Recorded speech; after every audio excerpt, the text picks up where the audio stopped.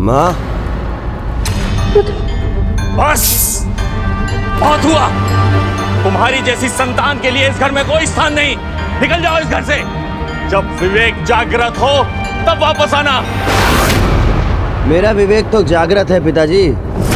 आपको क्या हुआ आज? माँ, मुझे भूख लगी है, भोजन दो। कोई भोजन नहीं मिलेगा तुम्हें। इस घर में तुम्हारे लिए कोई भोजन नहीं है। निकल जाओ यहाँ से। ये क्या कह रहे हैं आप? इसकी अवस्था तो देखिए एक बार। ऐसे में कहाँ जाएगा वो? एक गौपुत्र को आप इतना लाड करते हैं और अपने ही पुत्र को घर से निकाल रहे हैं। अरे दोष क्या है इसका? एक धनी परिवार के बालक ने मदिरा पान कर ही लिया तो इसमें गलत क्या है? आप पुत्र, मैं भोजन देती हूँ। आवश्यकता से अधिक ममता और लाड़ भी संतान को भटका देते हैं। यदि उस दिन धुंधली ने आत्मदेव को उसके साथ कठोर होने दिया होता तो धुंधकारी निडर होकर अधर्म के मार्ग पर नहीं चलता। वहीं दूसरी ओर गोकर्ण वेद ज्ञान में निपुण होकर अब अपना ही ग्रंथ लिखना आरंभ कर चुका था। फिर गणेश जी आगे जो हुआ उससे आत्मदेव को अपने भाग्य से परिचित होने का अवसर मिला। पिताश्री देखिए, मैंने अपना ग्रंथ पूर्ण कर लिया है। अति उत्तम पुत्र, अति उत्तम।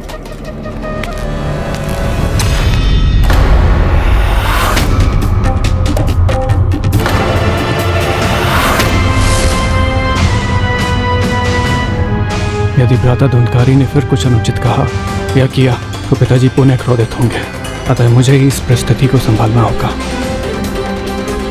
पिताजी ये देखिए ना, ये देखिए। अरे व्यर्थ की बातें करने से कुछ नहीं होने वाला आप दोनों का।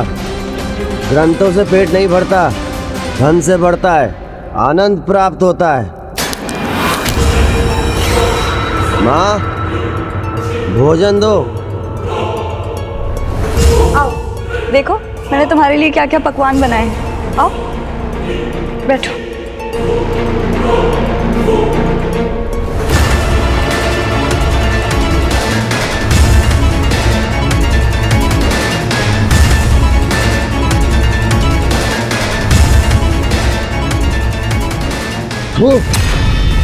कैसा बेस्वाद खाना है ये। पिताजी वृद्धा हो गई हैं आप, या तो भोजन बनाना भूल गई हैं। अरे ये तो पशुओं के लिए ही ठीक है। ले जाइए इसे और खिला दीजिए अपने गौकर्ण को। धुंधकारी, पिताश्री माता पिता का सम्मान नहीं कर सकते तो मत करो। भोजन का तो सम्मान करो जिससे तुम्हें जीवन मिलता है। सीखो कुछ अपने भाई से। सीखूं इस पशु से जो मेरा जूठा खाता आया है? उससे भोजन का सम्मान करना सीखूं? हाँ, गोकर्ण को जो मिलता है वो प्यार से खाता है। तुम्हारी तरह भोजन व्यर्थ नहीं करता। रहने दो पुत्र, रहने दो। इतना क्रोध मत करो। मैं तुम्हारे लिए कुछ और स्वादिष्ट बना लाती हूँ। नहीं माँ, सुना नहीं आपने पिताजी ने क्या कहा कि भोजन को व्यर्थ नहीं करते, भोजन का सम्मान करते हैं। तो मैं पिताजी को भोजन कराता हूँ। अरे पिताजी, तो आप ही कीजिए ना भोजन का सम्मान। व्यर्थ नहीं करते पिताजी, सम्मान करिए भोजन का, सम्मान करिए। भ्राता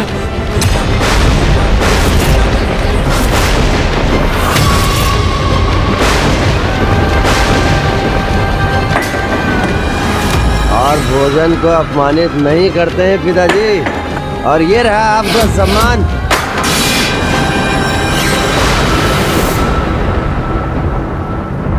विधि की नियति के विपरीत जाकर सुख प्राप्ति का प्रयास दुख ही लाता है। एक पुत्र धर्मात्मा, दूसरा इतना अधर्मी। ऐसे अधर्मी पुत्र को तो घर से ढकेल के निकाल देना चाहिए। बड़ी रोचक कथा है। फिर आगे क्या हुआ? क्या धुंधकारी इस कथा में पिशाच बना?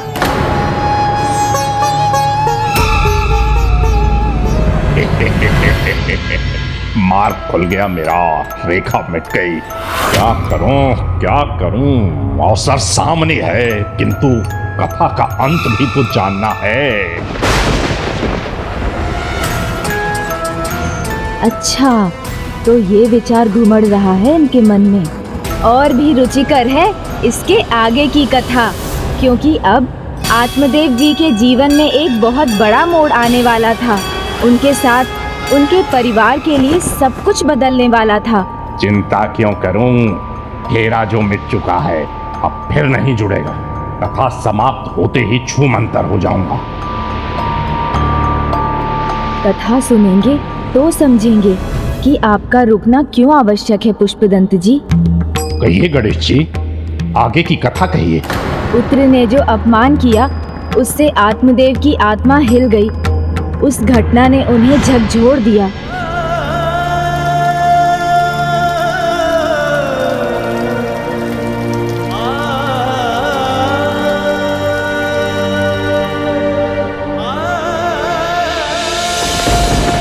पिताश्री, जब नशे के कारण किसी का मस्तिष्क ही उसके वश में ना हो, तो उसकी बातों का बुरा क्या मानना। भ्राता धुंधकारी को तो ज्ञात भी नहीं होगा कि उसने क्या किया है और क्या कहा है।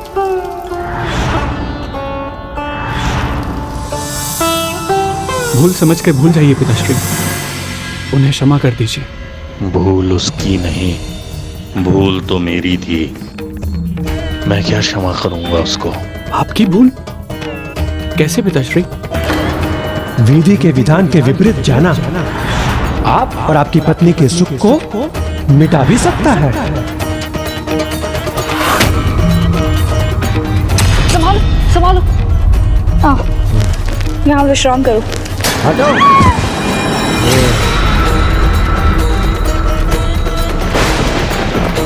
पिताश्री, आप कोई भूल कैसे कर सकते हैं? पुत्र मोह ही मेरी सबसे बड़ी भूल थी। विधि के विधान के विरुद्ध पुत्र जो चाहा था मैंने, उसी का परिणाम है ये। ऐसे पुत्र से तो पुत्रहीन ही रहना बेहतर था। पिताश्री, जीवन देना तो पुण्य कर्म है, इसमें आपका कोई पाप नहीं, कोई दोष नहीं। आपने हम दोनों को समान शिक्षा दी, धर्म पथ पर चलना सिखाया, किंतु कौन से पथ का कौन चुनाव करेगा ये आप निर्धारित कैसे कर सकते हैं?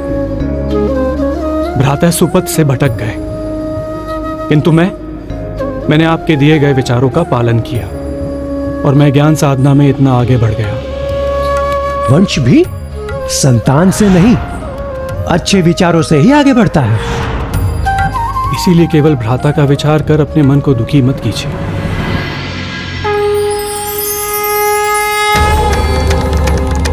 अपने मन से मोह माया को त्याग दीजिए तो दुख भी मिट जाएगा। मृत्यु लोक में मोह माया के बंधन से कदाचित ही कोई मुक्त हुआ होगा। कामनाओं के माया जाल में लगभग सभी उलझे हैं। बस यही कारण है दुख और विनाश का। तो पुत्र, मैं क्या करूं पुत्र? इसका सुझाव मैं कैसे दे सकता हूं पिताश्री? क्यों?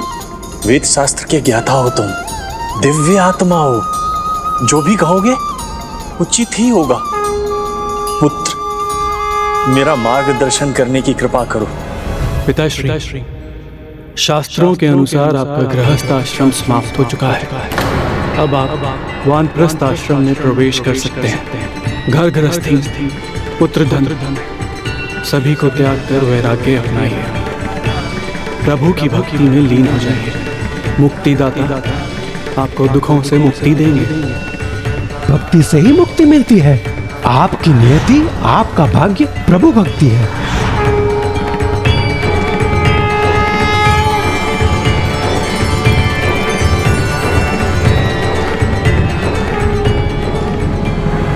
पिताश्री,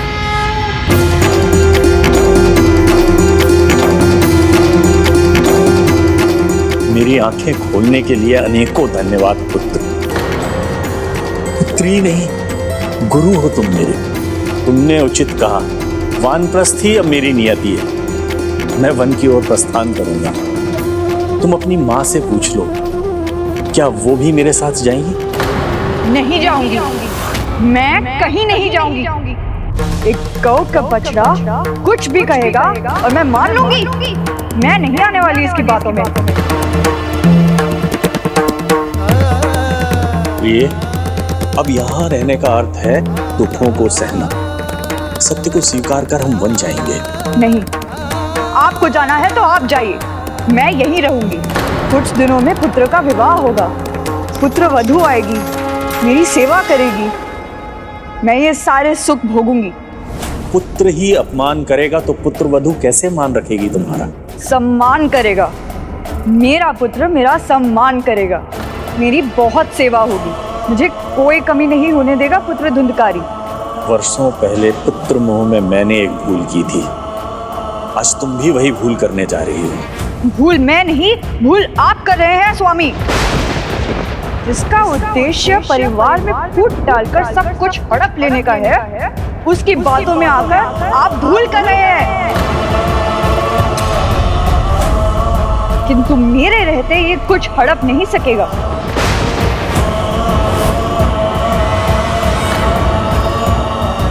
मैं फिर से तुम्हें सचेत कर रहा हूं धुंधली, बहुत बड़ी भूल कर रही हो तुम।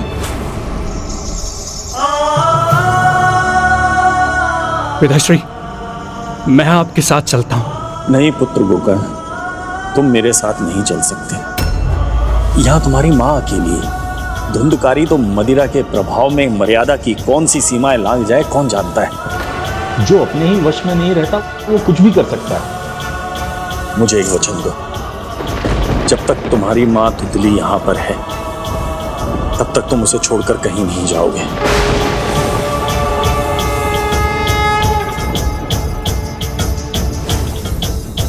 जी पिताश्री। पिताश्री, श्रीमद् भागवत के दशम कांड का पाठ कीजिएगा। स्वयं प्रभु परम श्री कृष्ण से मिलाने में यह पाठ आपकी सहायता करेगा।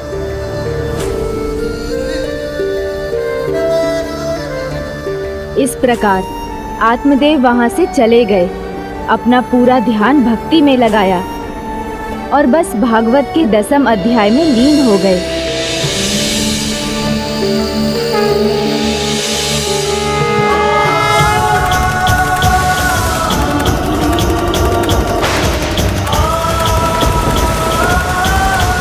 कर्म अच्छे हों और पूजा में सच्ची भक्ति हो तो उसका फल अवश्य और शीघ्र मिलता है।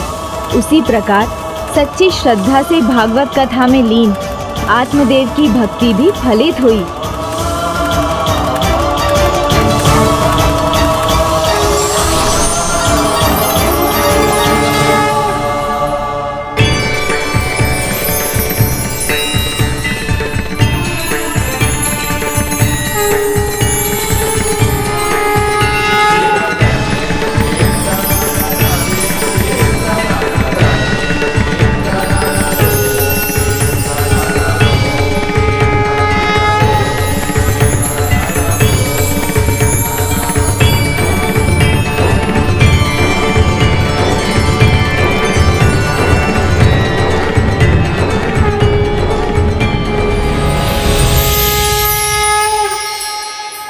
मैं तुम्हारी भक्ति से प्रसन्न हूँ आत्मदेव।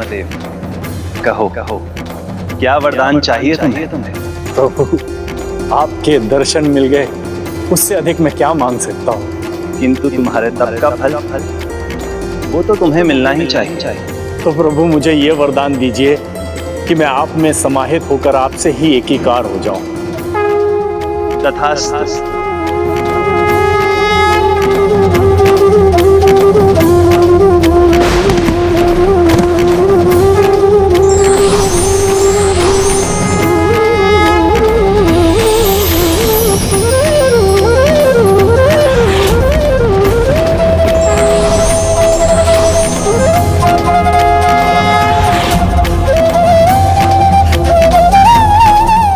श्री हरि, श्री हरि।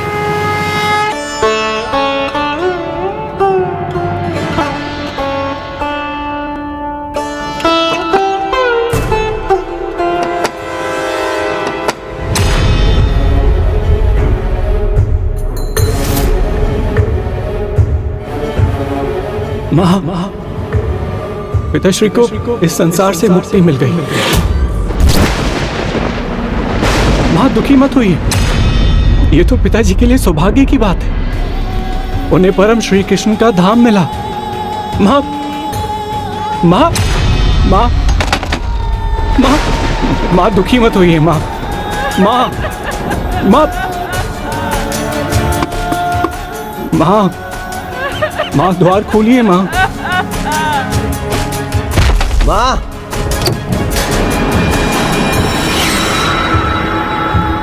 भ्राता,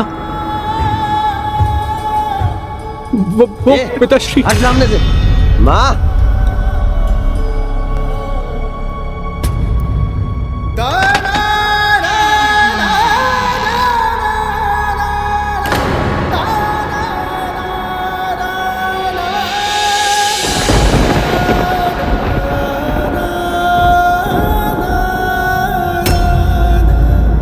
पुत्र, तुम्हारे पिताजी।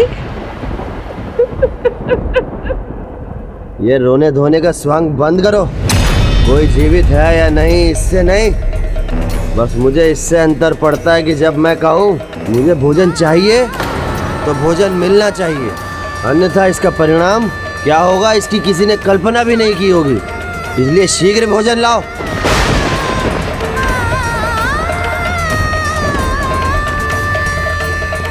एक बार गलत मार्ग पर निकल जाओ तो लौटना कठिन होता है, और धुंधकारी तो अब दोषों की खाई में ही गिर पड़ा था।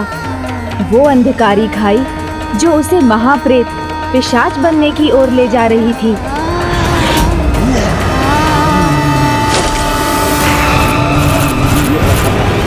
किंतु धुंधली का पुत्र प्रेम अभी समाप्त नहीं हुआ था। उन्हें अभी भी आशा थी उनका पुत्र उनका ध्यान रखेगा, और इसके लिए वो धुंधकारी के विवाह के विषय में विचार करने लगी, ये जाने बिना कि उनके पुत्र के मन में तो विवाह को लेकर भी कुविचार पनप रहे थे।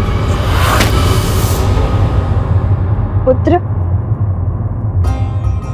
ये वस्त्र पहन लो।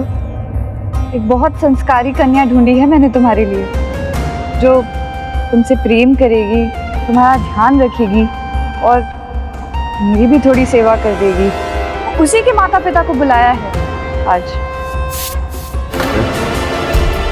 अरे पुत्र, अच्छा जाते हो तो जाओ, मगर शीघ्र लौट आना और मदिरा पान मत करना। मेरी इच्छा है तुम्हें विवाहित देखने की। अपनी माँ की इच्छा पूरी करना पुत्र।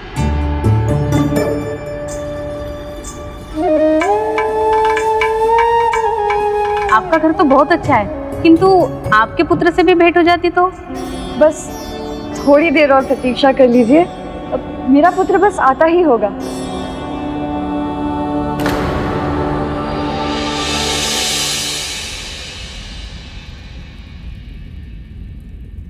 क्षमा करें, देर हो गई है, अब हमें जाना होगा। आप कहें हम कल फिर से आ जाएंगे। बस कुछ समय और रुक जाइए, मेरा पुत्र बस आता ही होगा। आता होगा नहीं माँ, आ गया।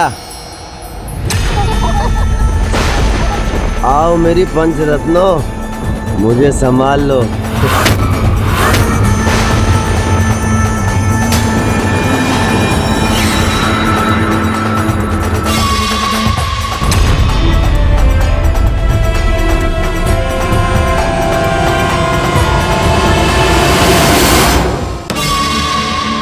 माँ, तुम्हारी इच्छा थी ना कि मैं तुम्हारे लिए पुत्र वधू लाऊं। देखो मैं तुम्हारे लिए कितनी पुत्र वधुएं लेकर आया हूं। स्वागत नहीं करोगी इनका?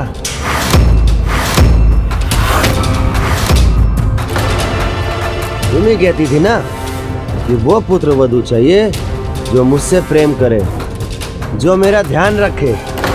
तो लो, मैं ले आया, लेकिन एक नहीं, मैं 5 पुत्र वधुएं लेकर आया हूँ। माँ बताओ माँ, कैसी लगी?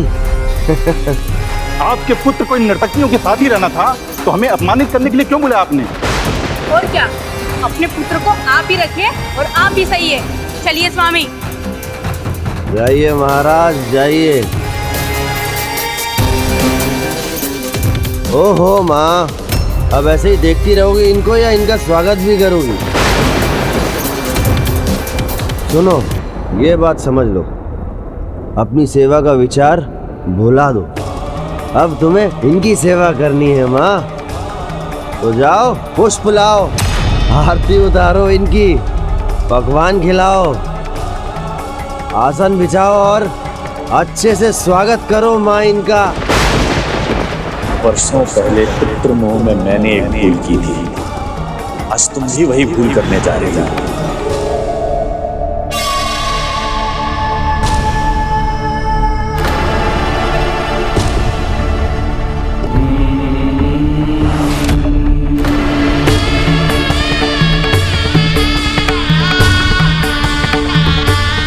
अंततः वो घड़ी आ ही गई जब धुंधली को ये आभास हुआ कि संतान की परवरिश में अत्यधिक लाड़ प्यार और अनुशासनहीनता से दुखद परिणाम ही प्राप्त होते हैं।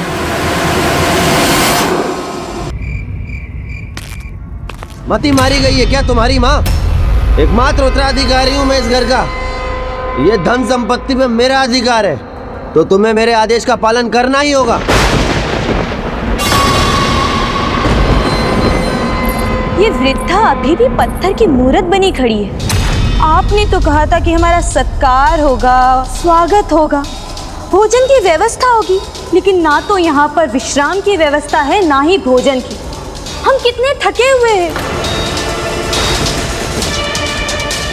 ए वृद्धा सुन, ये थकी हुई हैं, पहले इनका आदर सत्कार कर और फिर जाके मेरे लिए स्वादिष्ट हलवा बना कर ला। भ्राता, यदि इस संसार में सबसे अधिक कोई प्रेम कर सकता है तो वो माँ है, क्योंकि माँ का प्रेम निस्वार्थ होता है। और तुम माँ को दुख देकर और कितना पाप कमाओगे? अभी भी समय है, सुधर जाइए, अन्यथा नरक के द्वार भी बंद रहेंगे आपके लिए। नरक से अधिक कष्ट भोगना पड़ेगा आपको। तुम मेरे पुत्र को नरक भेजोगे? अपने स्वामी को, जिसके घर में गौ से जन्म लिया तुमने, उसको नरक भेजोगे तुम? यदि तुमने मेरे पुत्र धुंधकारी के बारे में कुछ भी और भला बुरा कहा तो मुझसे बुरा कोई नहीं होगा। स्वामी को हमसे अलग करके तुम हमारा बुरा तो कर ही चुके हो। जो तुम्हें अपना पुत्र मानते थे वो तो कब के चले गए, तो तुम क्यों रुके हो यहाँ? हमारी धन संपत्ति पे घात लगाए हुए हो क्या? नहीं माँ, मेरी धन संपत्ति में कोई रुचि नहीं है। जाते जाते पिताश्री ने मुझसे वचन लिया था कि जब तक आप यहाँ आए मैं यहीं रहकर आपकी सेवा करूं। तो मैं भी आज तुमसे एक वचन लेती हूँ कि यदि तुम्हें यहाँ रहना है तो चाहे कुछ भी हो जाए, तुम हमेशा शांत रहोगे। मेरे और मेरे पुत्र के बीच में आने का प्रयास नहीं करोगे, भले ही वो कुछ भी करे।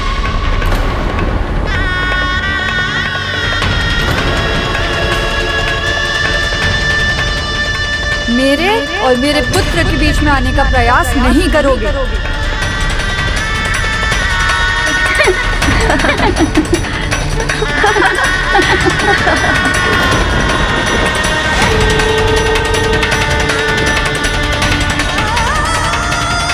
उस दिन एक ओर जहाँ धुंधली विवश थी और अपने विनाश का स्वागत स्वयं अपने हाथों से कर रही थी, वहीं दूसरी ओर गोकर्ण अपने माता पिता के वचन से बंधा था। ना कहीं जा सकता था, ना ही सहायता कर सकता था। चलो तुम लोग, चलो आओ।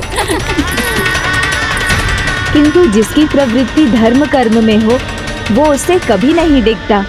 तो गोकर्ण भी उस दुखद वातावरण में भी धार्मिक पुस्तकों और ग्रंथों का अध्ययन करता रहा।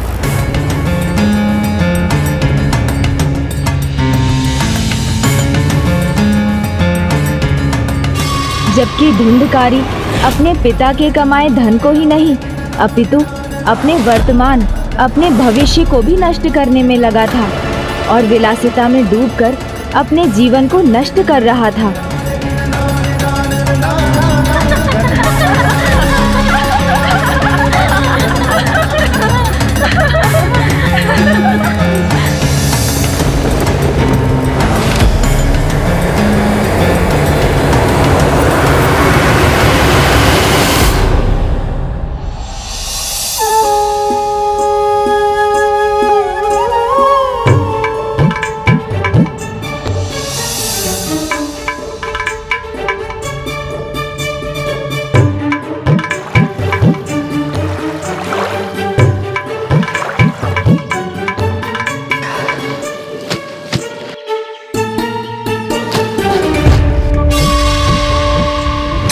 और वस्त्र, इन्हें भी धोना है तुम्हें।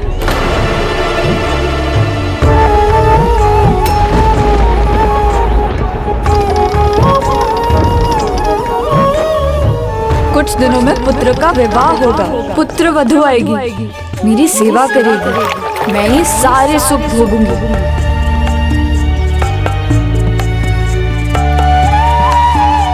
माँ ने वचन से क्यों बांध दिया मुझे? उनकी सहायता कैसे करूं?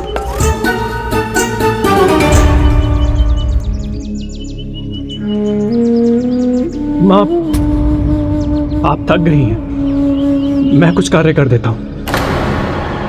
माँ मुझे अनुमति दे दीजिए, मैं आपकी सहायता करना चाहता हूँ। कभी कभी मनुष्य अपने भाग्य का निर्माता स्वयं होता है। स्वामी के साथ जाने को नकार कर ये भाग्य मैंने अपने लिए स्वयं रचा है।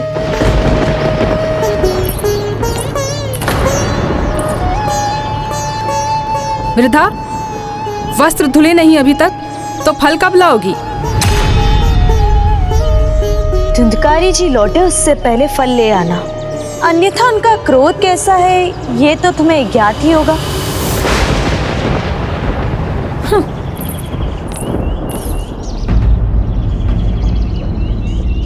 माँ, मुझे धन संपत्ति में कोई रुचि नहीं है, मैं केवल पिताश्री की आज्ञा का पालन कर रहा हूँ।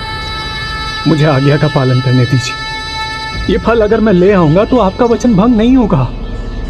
माँ, मुझे आपकी सहायता करने दीजिए।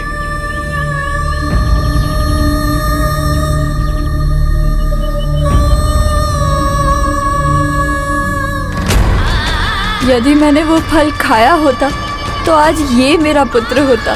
धुंधकारी नहीं, बहुत बड़ी भूल कर दी मैंने।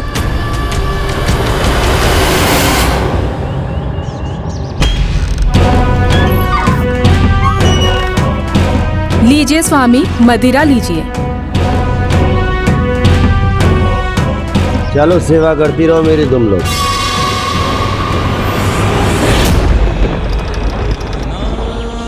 जो हो रहा है उसमें दोष किसका है? मेरा ही ना।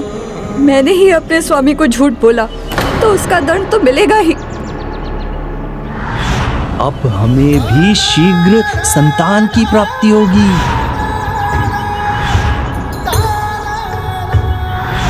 समझने का प्रयास कीजिए। आप बिगाड़ कर उद्दंड बना रही हैं उसे। हम दोनों पे भारी पड़ेगा हमारा पुत्र, जो आज दूसरों के साथ कर रहा है ना, कल हमारे साथ करेगा। आप स्वयं तो जा ही रहे हैं, मुझे भी ये सुख और ऐश्वर्य छोड़कर वन जाने के लिए कह रहे हैं। आपको जाना है तो आप जाइए, मैं यहीं रहूंगी। स्वामी,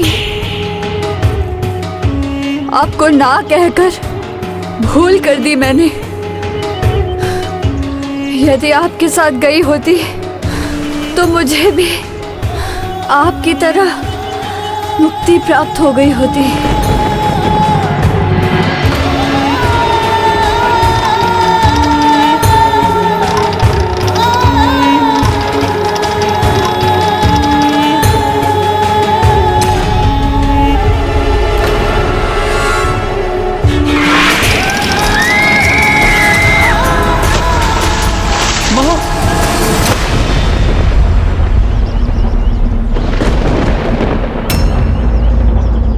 अरे वृद्धा ही होगी, तुम लोग व्यर्थ ही चिंता कर रहे हो। फिसल गई होगी, उठ जाएगी।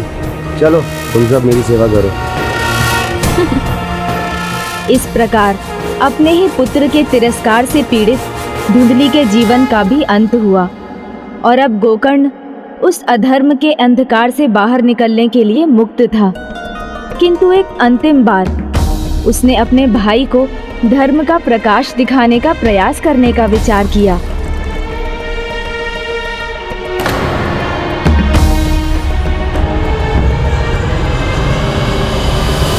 रुको, कहाँ बढ़े जा रहे हो? मैं अपने भ्राता से मिलने आया हूँ। कोई भाई बंधु नहीं रहता तुम्हारा यहाँ धर्मात्मा जी? आप माने या ना माने, किंतु आप मेरे बड़े भाई हैं और मैं नहीं देख सकता कि आपका कर्म, आपका भाग्य आपको नर्क लोक की अग्नि में जलने पर विवश करते। या उससे भी बुरा, आपको पिशाच योनि में अनंत काल तक कष्ट भोगने पर विवश कर दे। इसीलिए आज एक अंतिम प्रयास करने आया हूं, आपको धर्म पथ पर ले जाने का। मुझे कोई उपदेश नहीं सुनना है। दुर्भाग्य तुम्हारा है कि मेरे पास उपदेश सुनने का समय ही नहीं है, और वैसे भी अब माता पिता तो रहे नहीं, तो तुम्हारा यहाँ क्या काम। चलो जाओ यहाँ से। भ्राता, मैं तो केवल प्रयास कर रहा था आपकी सहायता करने का। प्यासे को कुएं के पास ले जा सकते हैं, किंतु जल तो स्वयं ही ग्रहण करना होता है। अब यदि आपने चुनाव कर ही लिया तो मैं विवश हूं। कहते हैं घर एक मंदिर होता है, किंतु ये तभी होता है जब उसमें रहने वाले धार्मिक और संस्कारी होते हैं, किंतु अधर्म और कुसंस्कार उसी घर को शमशान बना देते हैं। गोकर्ण को बाहर कर उसने धर्म और संस्कार की प्रेरणा का भी अंत कर दिया था। अब घर धर्म की नहीं, अधर्म की पहचान बन गया था। फिर समय बीतता गया। अब एक ओर गोकर्ण ज्ञान और तप अर्जित कर रहा था, तो दूसरी ओर बुरी संगति के प्रभाव में पड़ा धुंधकारी अपना सब कुछ खो चुका था। मदिरा चाहिए मुझे। मदिरा कहाँ है? नहीं है मदिरा, समाप्त हो गई। तो कोई लेकर क्यों नहीं आया? कहाँ से लाए? धन कहाँ है?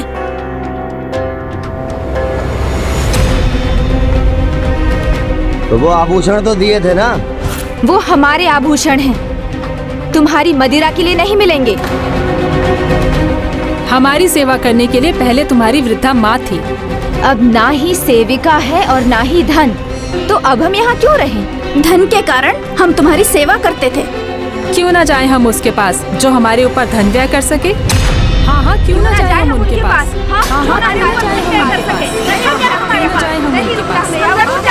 नहीं नहीं नहीं, मत जाओ मत जाओ। तुम सभी चली गई तो मैं यहाँ कैसे रहूँगा? तुम्हें धन चाहिए ना, मैं ला कर दूंगा तुम्हें धन।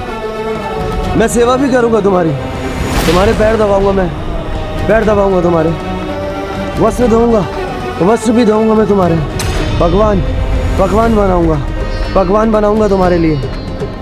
वो सब तो ठीक है, किंतु धन का क्या करें? धन लाऊंगा ना, अवश्य लाऊंगा धन। तुम लोग यहाँ मेरी प्रतीक्षा करो, और अगर मैं शीघ्र नहीं लौटा तो मैं तुम लोगों को रुकने के लिए नहीं बोलूंगा, पर तुम लोग यहीं मेरी प्रतीक्षा करो, मैं शीघ्र लौट कर आता हूँ।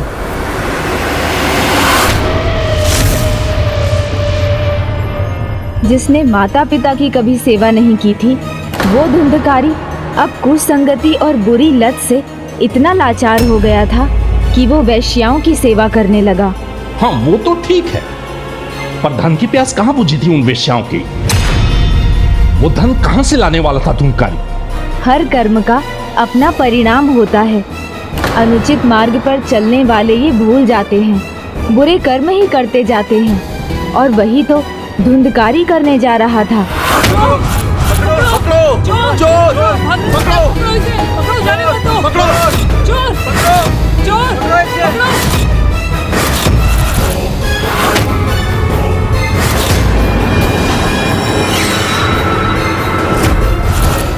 रुको, तुम पकड़े जाओगे।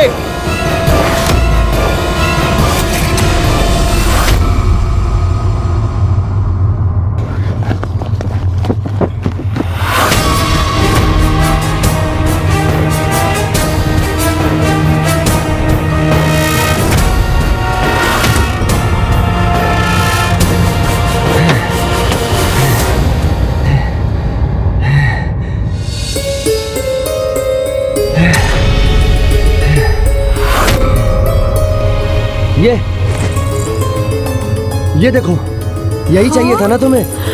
तुम लोग जा रही थी, ये धन आभूषण ये नहीं चाहिए तुम्हें? देखो देखो, अब तो मुझे छोड़ के नहीं जाओगी ना? देखो देखो, सब लाया हूं।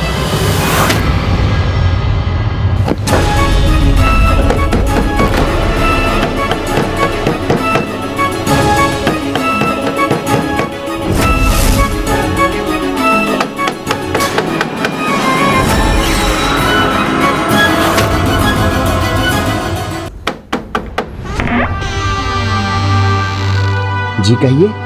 यहाँ कहीं एक चोर छिपा हुआ है, आपने कहीं देखा तो नहीं? दुस्साहसी राजभवन से चोरी कर लौटा है। चोर? अरे नहीं नहीं, यहाँ कोई चोर नहीं आया, मैंने तो नहीं देखा। ये आत्मदेव जी का घर है ना? जी, ये उन्हीं का घर है, मैं उन्हीं का पुत्र हूँ। और यदि मुझे चोर दिखाई देगा तो मैं... आत्मदेव जी जैसे सम्मानीय महापुरुष का घर है ये। क्षमा कीजिए, आपसे मैंने बहुत प्रश्न पूछे, अब आप कह रहे हैं तो यहाँ चोर नहीं आया होगा। जी।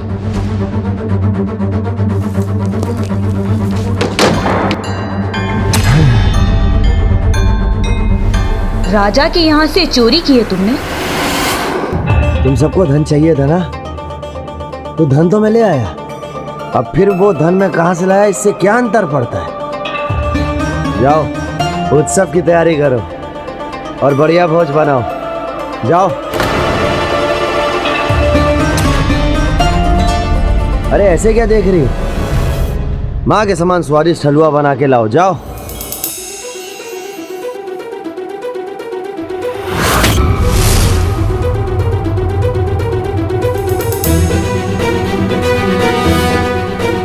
अब इसके पास यही शेष है, राजा से चुराया धन। यदि सैनिकों ने पकड़ लिया तो हम सब मारी जाएंगी। हम क्यों मारी जाएं? क्यों ना हम सब मिलकर इसी को मार डालें?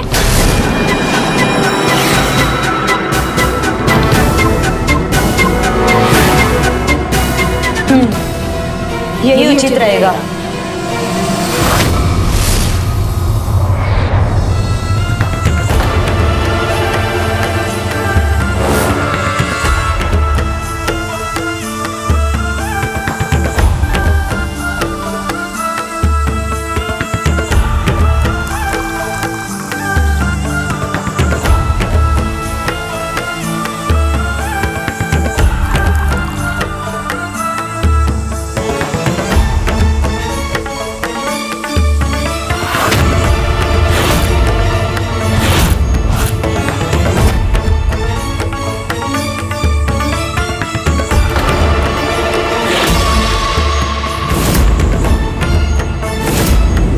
व्यक्ति का प्रत्येक कर्म बीज के समान होता है। जैसा बीज बोया जाएगा, फल भी वैसा ही आएगा।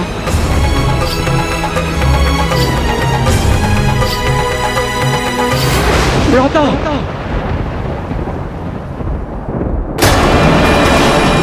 अब तुम भी जाओ अपनी वृद्ध माँ के पास।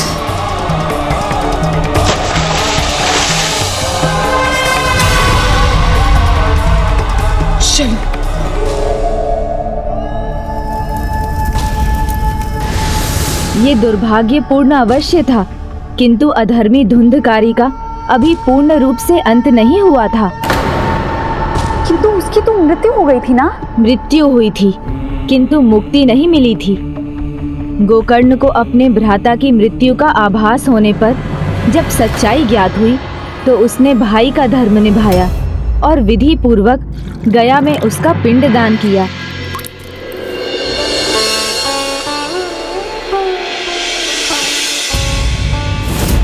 पिंडदान के बाद जब वो अपने घर गया तो उसने जो देखा उसकी कल्पना नहीं की थी गोकर्ण ने। विचित्र बात है, इतना जीर्ण शीर्ण हो गया हमारा घर, फिर भी लगता है जैसे घर मुझे बुला रहा है।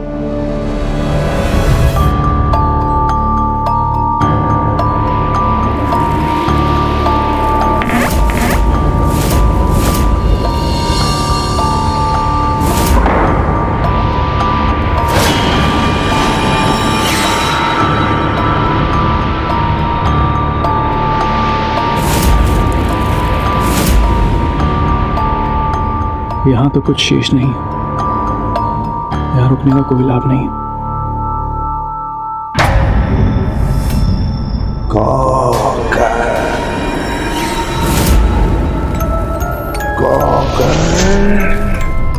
ये शैया एकाएक नवीन कैसे हो गई जबकि पूरा घर जला हुआ है?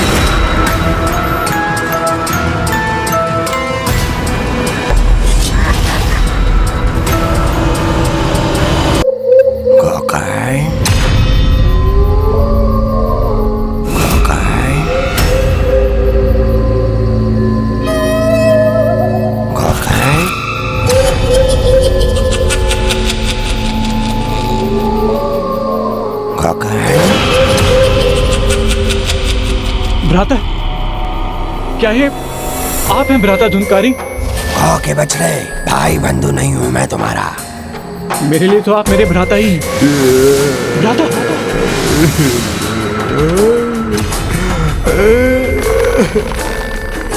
हाँ, मैं ही हूँ तुम्हारा अधर्मी भाई।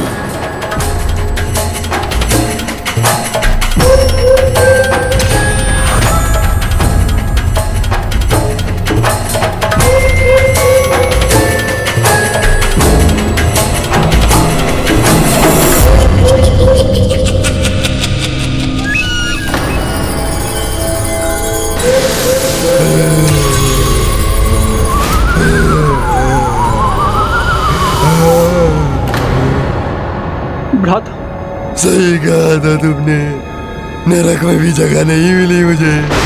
जब से मेरी मृत्यु हुई है तब से यहीं इसी कक्ष में बंदी हूँ मैं। किंतु भ्राता, मैंने तो पावन स्थल गया जाकर विधि विधान से तुम्हारी मुक्ति के लिए पिंडदान भी किया था। फिर भी कदाचित मैं इसी के योग्य हूँ। प्रतिफल मेरे को करो मेरे सामने आते हैं। प्रतिफल वही जीवन जीता जा रहा हूँ, और चाह के भी इससे मुक्ति नहीं मिल पा रही है। तुम्हें स्मरण है, तुम मेरी सहायता करना चाहते थे। भ्राता, मैं तो केवल प्रयास कर रहा था आपकी सहायता करने का। यदि आपने चुनाव कर ही लिया है तो मैं विवश हूँ। मुझे क्षमा कर दो और मुझे इस प्रेत योनि से मुक्ति दिला। सहायता करो मेरी, सहायता करो। भ्राता, प्रायश्चित ही मुक्ति का पहला पग है। अब आप प्रायश्चित कर रहे हैं तो मैं अवश्य ही आपकी सहायता करूंगा। कैसे की गोकर्ण ने अपने भ्राता की सहायता? क्या उसे पिशाच योनि से मुक्ति दिलाने का उपाय पता था? नहीं, गोकर्ण को ये नहीं पता था, और किसी महानतम से महानतम ऋषि मुनि और तपस्वी भी उसकी ये जिज्ञासा शांत नहीं कर सके। फिर एक दिन भोर में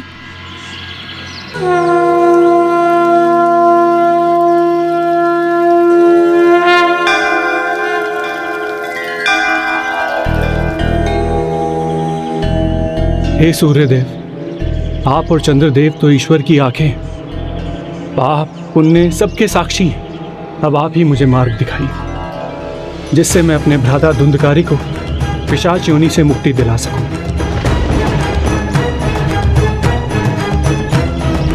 ओम सूर्याय नमः, ओम सूर्याय नमः, ओम सूर्याय नमः। आदित्याय विद्महे प्रणाम सूर्यदेव। सहस्त्र किरण्य धीमहि तन्नो सूर्यदेव। मुझे ज्ञात है तुम अपने पापी भ्राता को पिशाच योनि से मुक्ति दिलवाने के इच्छुक हो। उसके लिए उसे जीवन में किए पाप कर्मों से मुक्ति पानी होगी। मुझे क्या करना होगा सूर्यदेव? और ऐसे पापी को पापों से मुक्ति भागवत सप्ताह को श्रद्धा और निष्ठा से सुनने पर मिलती है। धन्यवाद सूर्यदेव। सूर्यदेव के कहे अनुसार गोकर्ण ने भागवत सप्ताह का आयोजन किया, जिसके लिए उसने सभी नगरवासियों को आमंत्रित किया। बस अब शेष था तो धुंधकारी को भागवत सप्ताह सुनने के लिए तैयार करना।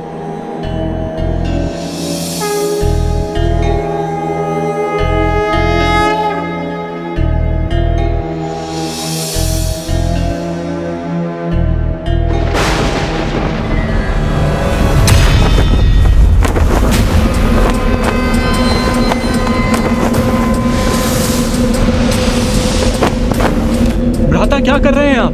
प्रश्न ये है कि तुम क्या कर रहे हो? तुमने मेरी सहायता का वचन दिया था, और कर क्या रहे हो तुम? सदा के समान पूजा पाठ। भ्राता शांत हो जाइए। मैं जो भी कर रहा हूँ आपकी सहायता के लिए ही कर रहा हूँ। शांत हो जाइए भ्राता। भ्राता, आपको इसमें योगदान देना होगा। आपको पूरे सप्ताह पूरी एकाग्रता से श्रीमद् भागवत अर्थात श्री कृष्ण की लीलाएं सुननी होंगी, उनके भक्तों की कहानियां सुननी होंगी, और आपको ये आशा जीवित रखनी होगी कि आप इस पिशाच योनि से मुक्ति पाएंगे।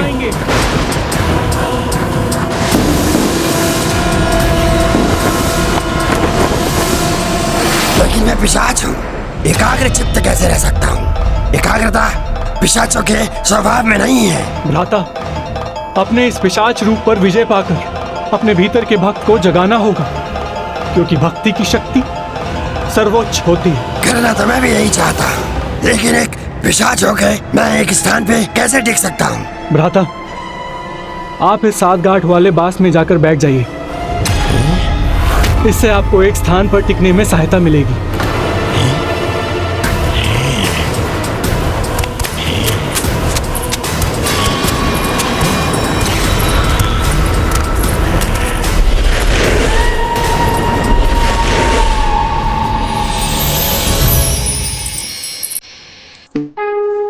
ओम श्री हरि। ओम श्री हरि। ओम श्री हरि।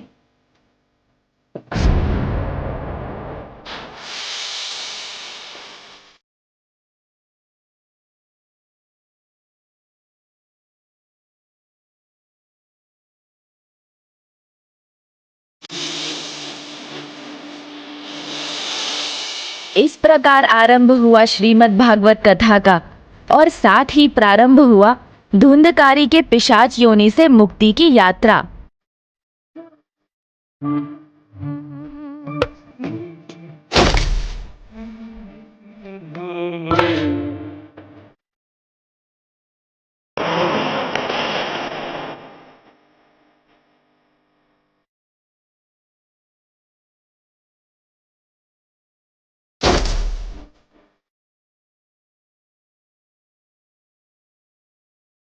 भागवत सप्ताह संपूर्ण।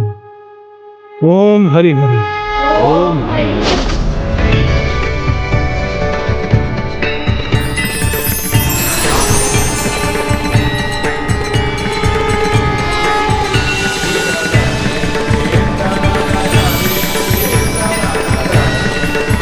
ओम श्री हरि।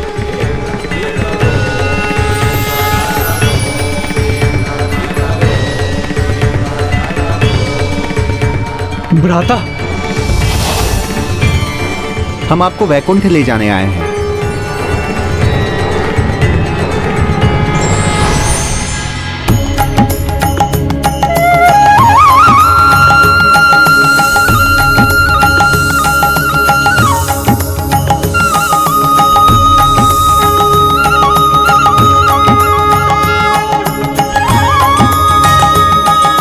ये तुम्हारी ही कृपा है भ्राता, जो मैं मुक्त हो पा रहा हूँ।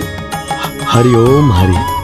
नहीं भ्राता, ये मेरी कृपा से नहीं, ये प्रेत पीड़ा नाश करने वाली श्रीमद् भागवत की कथा और श्री कृष्ण के भक्तों की कहानियां सुनने से आपको मुक्ति मिली है। धन्यवाद भ्राता। जिस प्रकार नदी की पावन जलधारा अपने स्वच्छ जल के प्रभाव से सभी प्रकार के मैल को बहाकर नष्ट कर देती है, उसी प्रकार श्रीमद् भागवत की कथाओं की धारा बहती है, तो उन कथाओं का श्रवण करने वाले भक्तों के मन वचन कर्म से जाने अनजाने में किए सभी पाप नष्ट हो जाते हैं। भक्त गोकर्ण ने अपने भ्राता को मुक्ति दिलाकर ये प्रमाणित कर दिया।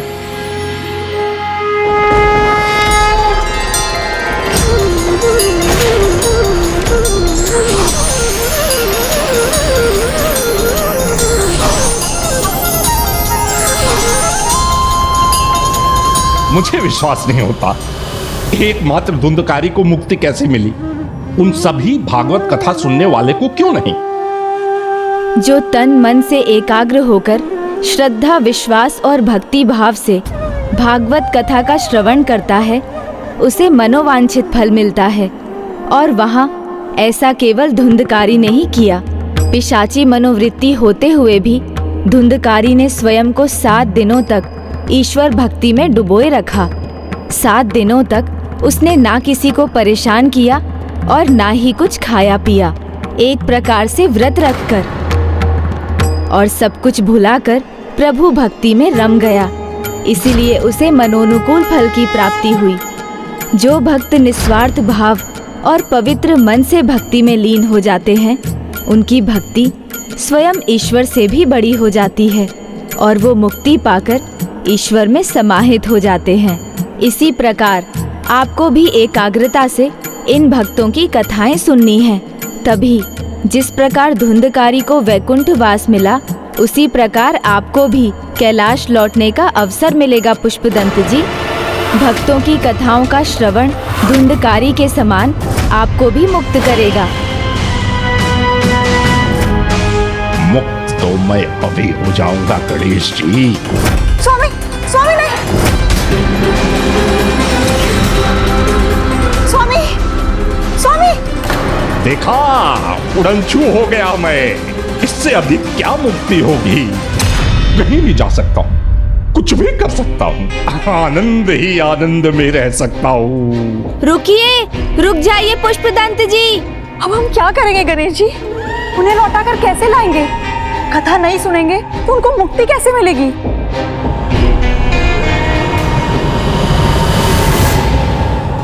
चिंता मत कीजिए मौसी, इस कठिनाई का भी कोई हल अवश्य होगा।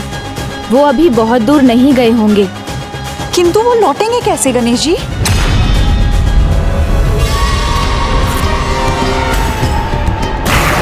एक बार देख तो लूं, कहीं गणेश जी मेरा पीछा तो नहीं कर रहे?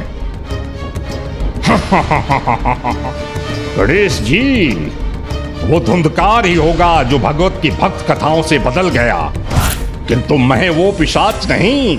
मुझे आनंद आ रहा है इस योनि में, इसलिए मुझ पर इन कथाओं का कोई प्रभाव नहीं होगा। मैं पिशाच था और पिशाच ही रहूंगा, लौटने वाला नहीं हूँ। क्या गोकर्ण की कथा का उन पर कोई प्रभाव नहीं पड़ा? कभी कभी किसी बात का प्रभाव स्वयं नहीं समझ आता, अपितु अन्य किसी को समझाना होता है, जो अब मेरा दायित्व है। आप यहीं रुकिए, मैं उन्हें लेकर आता हूँ।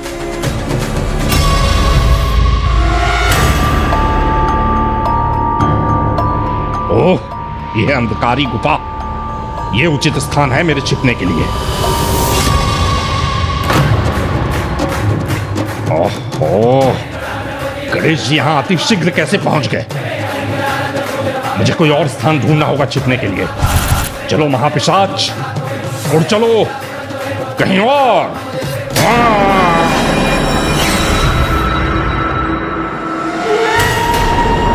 ये उचित स्थान है।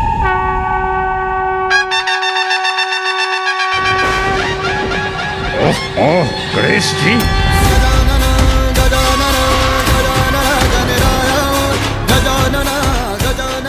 ओह, जहां जाता हूं वहीं पहुंच जाते हैं ये। गणेश जी, अब इनसे बचने के लिए कोई और स्थान देखना होगा।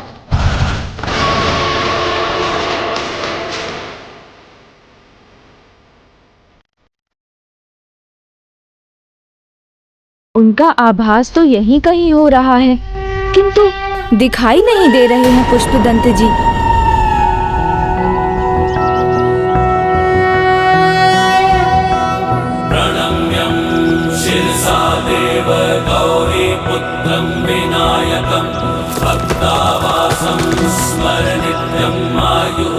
यहाँ भी नहीं। है यहीं कहीं, फिर भी मुझे चकमा दे रहे हैं वो। तो फिर मुझे भी एक बार पुनः गणेश से गजानन बन जाना चाहिए।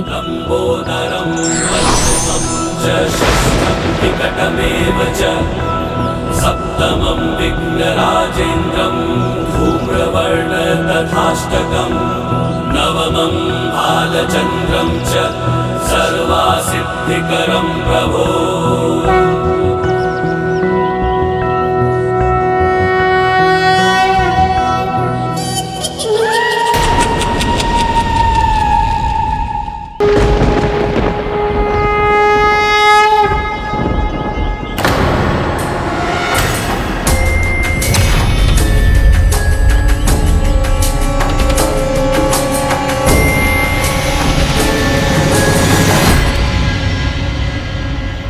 स्वामी, भोजन कीजिए।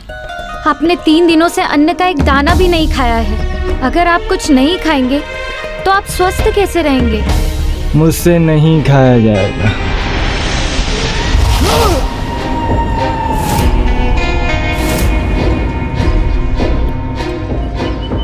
भोजन, स्वादिष्ट भोजन अवश्य खाऊंगा।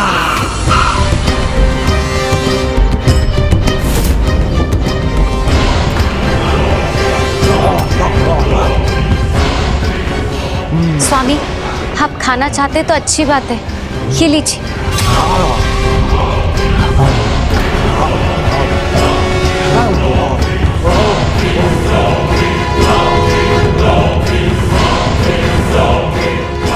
भोजन की ऐसी भूख, कहीं यही तो नहीं पुष्पदंत जी? जाओ लाती जाओ और लाओ।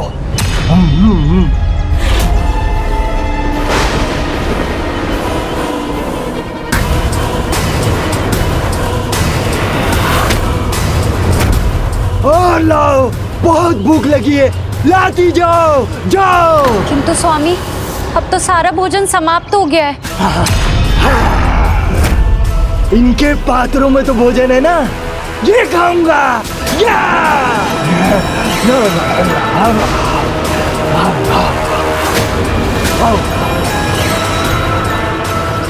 स्वामी, ये क्या कर रहे हैं आप? माँ, बाबूजी, ये क्या हो गया इन्हें? इतना असामान्य व्यवहार। समझ रहा हूँ मैं, इस पर किसका प्रभाव है। पुत्र, ऐसे क्यों कर रहे हो पुत्र?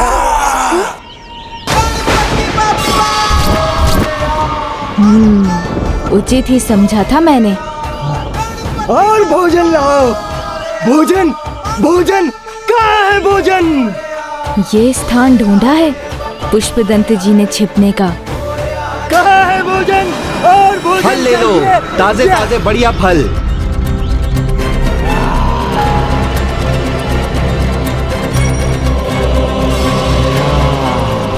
पुष्पदंत जी इस रूप में मुझे पहचानते हैं, देखते ही फिर इधर उधर हो जाएंगे। ऐसा कुछ करना होगा जिससे उनका ध्यान ही ना जाए मुझ पर। ताजे ताजे बढ़िया फल, फल ले लो। स्वामी, ये क्या कर रहे हैं आप? छोड़िए उन्हें। छोड़ दो।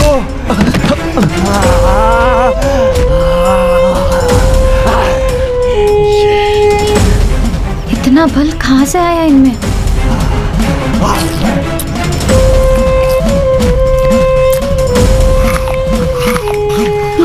माँ, पिताजी, इन्हें रोकिए ना, देखिए क्या कर रहे हैं। दूध। अरे आप सब क्या देख रहे हैं? रोकिए ना इन्हें।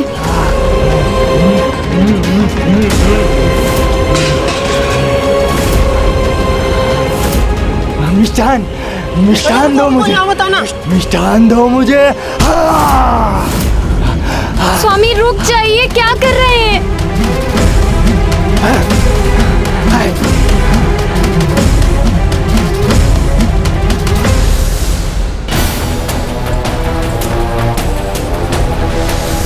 इनका व्यवहार तो मेरे एक परम भक्त जैसा है। मैं समझ गया कि कैसे इन्हें ठीक करना है। आप अवश्य कोई दिव्य पुरुष हैं। हे धर्मात्मा जी, मेरे पति पर जिस भी दुरात्मा का प्रभाव है, उससे उन्हें मुक्त कीजिए, मेरी सहायता कीजिए।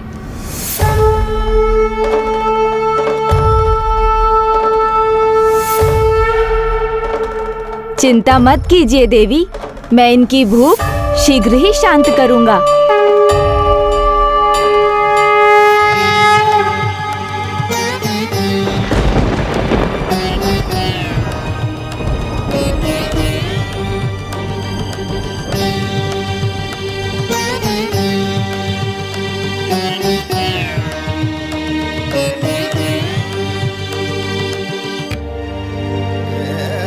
बस उन्हें ये दे दीजिए, इन्हें खाते ही उनकी भूख भी मिट जाएगी और उनका भोजन भी पच जाएगा। धन्यवाद।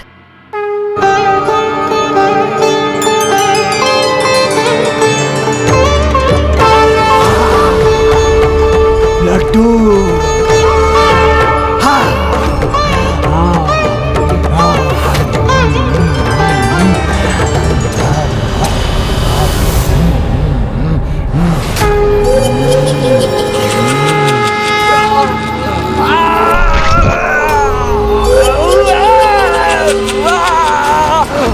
स्वामी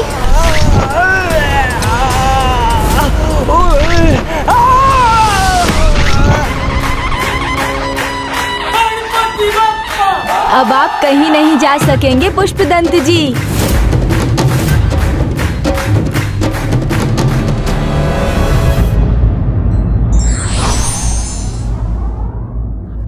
व्यक्ति का उसके स्वभाव के विपरीत आचरण उसके प्रति शंका को जन्म देता है।